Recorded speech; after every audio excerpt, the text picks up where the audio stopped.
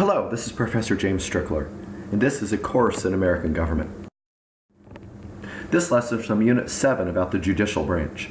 It's Lesson 9 about accepting cases. In this lesson, you'll learn about certiorari petitions, you'll learn about the conference, about the rule of 4, about acceptance reasons and acceptance rate. In the previous lesson, we introduced the United States Supreme Court and began to learn something about the composition of the court. Now, in this lesson, we're going to start learning about Supreme Court processes. In this lesson and the next couple that follow, we're going to learn about the process of accepting cases that the Supreme Court goes through, about the process of arguing cases that they go through, and the process of deciding cases that the Supreme Court goes through. In this lesson, we'll be focusing on accepting cases.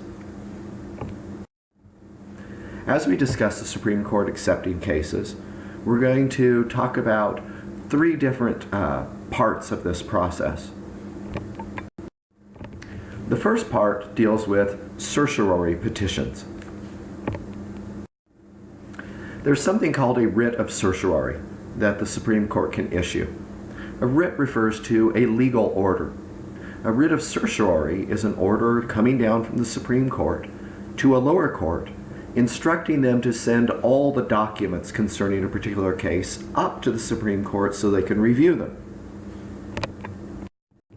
So when a person wants the Supreme Court to hear their case, what they officially do is they submit a petition for a writ of certiorari. In other words, they ask the Supreme Court to issue a writ of certiorari, which is an order to whatever court the person's case is currently sitting in, telling that court to send all the materials concerning that case up to the Supreme Court so they can then take a look at them. In the past, as the Supreme Court would consider cert petitions, the justices themselves would review them all, as you can see in this old illustration. But that was at a time in our country's history when there were a lot fewer cases appealed to the United States Supreme Court. The modern Supreme Court has to make use of its law clerks to get through the many certiorari petitions that they receive. The law clerks prepare short summaries of these petitions, and that's what the justices then review to eventually decide whether or not they want to hear a particular case. This is one of these areas where the law clerks can exercise some particular influence over the justices. Because if the law clerks, perhaps even just one law clerk, is the only person who sees a certiorari petition, and then their summary is written up potentially with a biased view of that petition, the justices then could be influenced by the bias of that clerk. The next step in this process of accepting cases, after the certiorari petitions have been received by the court and the summaries have been written by the law clerks, is that the justices hold what they call the conference. The conference is a weekly meeting during the Supreme Court session. It's held in the justices' private conference room. This is an area of the Supreme Court building that only the justices hold meetings in. During the conference, they discuss the petitions for certiorari. Now, the way they do it is that before they ever have their meeting, they ask their fellow justices to list any of the cases that they find particularly interesting. Those are the ones that they talk about. They assume that if nobody has listed one as interesting, then that nobody really wants to hear it and they can simply ignore it. Well, not entirely ignore it, but not have any reason to discuss potentially taking it as a case. When they're in the conference, they then practice something that is called the rule of 4. The rule of 4 refers to the way that they decide which writs of certiorari they're actually going to send out. Now remember, what they're reviewing is summaries prepared by the clerks of petitions for writs of certiorari. So you've got these people that are asking them to issue these writs. During the conference, the way they decide which of these writs they're actually going to approve and send out is by this rule of 4. What the rule of 4 means is that if any 4 justices agree that they want to hear a case, then that case is placed on the court's docket. In other words, put on their calendar, becomes part of their schedule.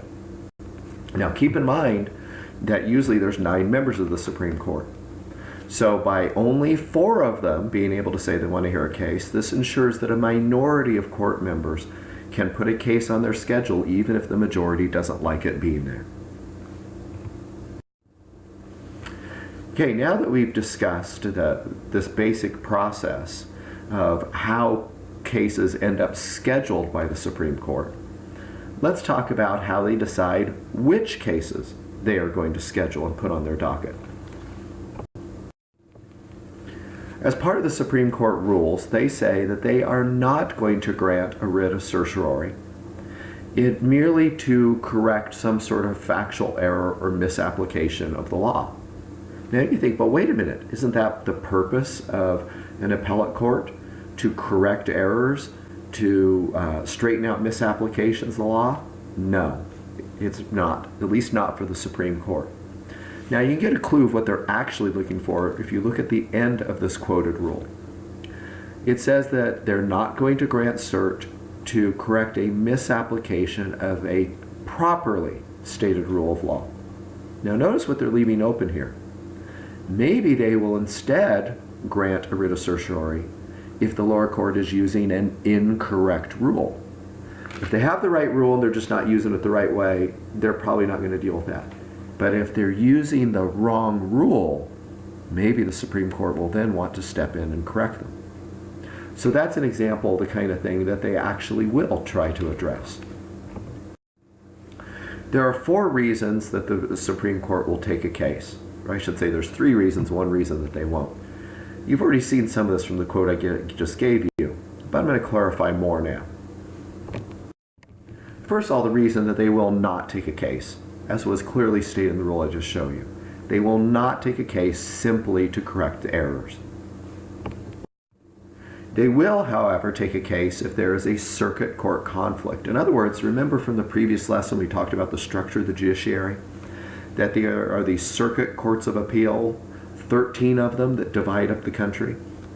Well, imagine that one of them, say the Circuit Court of Appeal that is headquartered in Texas, Dallas, Texas, has a rule to decide certain kind of cases that they believe is X. Okay, they think Rule X is the one that should be used to solve those cases.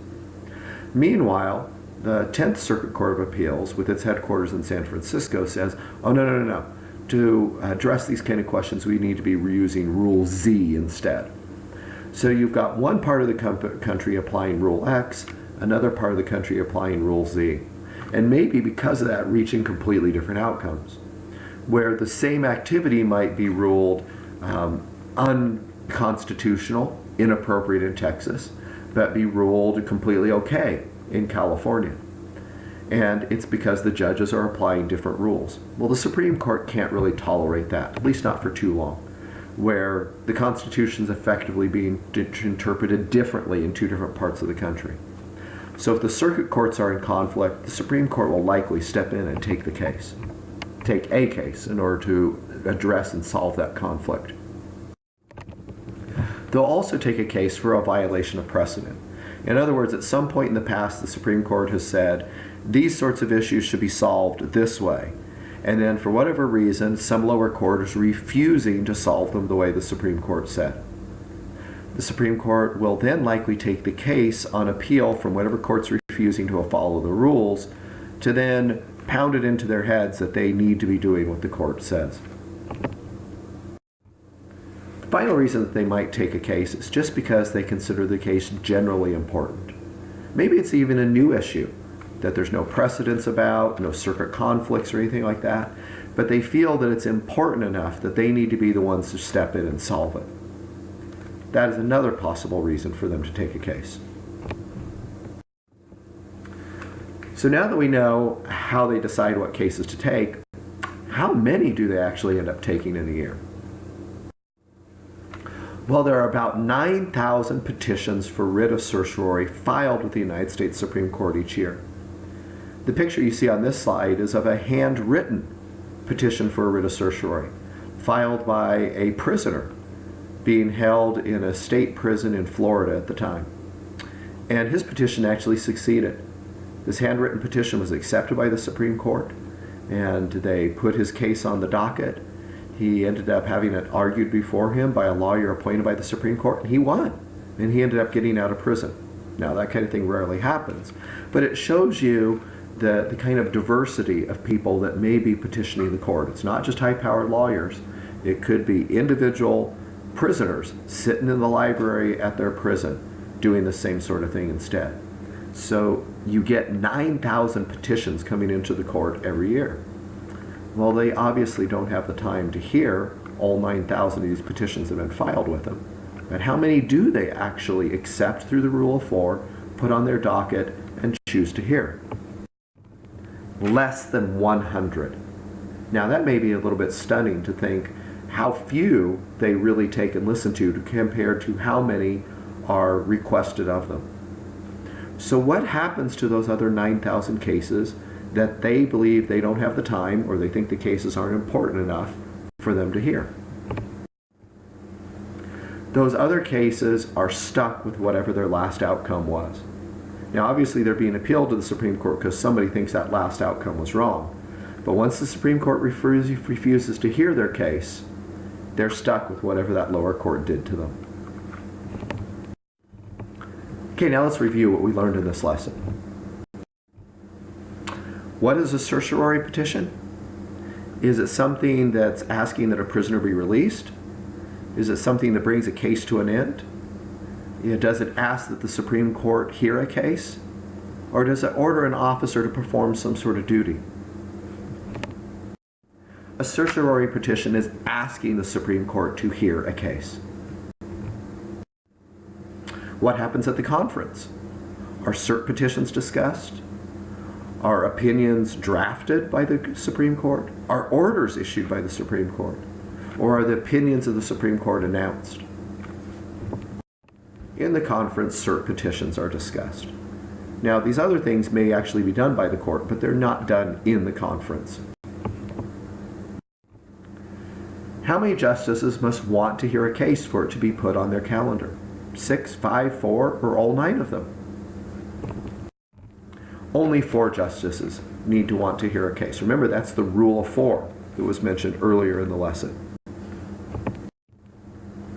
Which of the following is not a reason for the Supreme Court to take a case? Is it general importance, violation of precedent, circuit conflict, or factual error? The Supreme Court will not take a case simply to correct some error in the facts. It has to be important for some other reason. There's some conflict out there where not everyone's following the same rule. How many cases does the Supreme Court accept in a year? About 9,000, about 500, about 100, or only about 10? They accept about 100 cases for argument each year. Okay, that concludes this lesson. The next lesson will also be from Unit 7. There'll be Lesson 10 about arguing cases.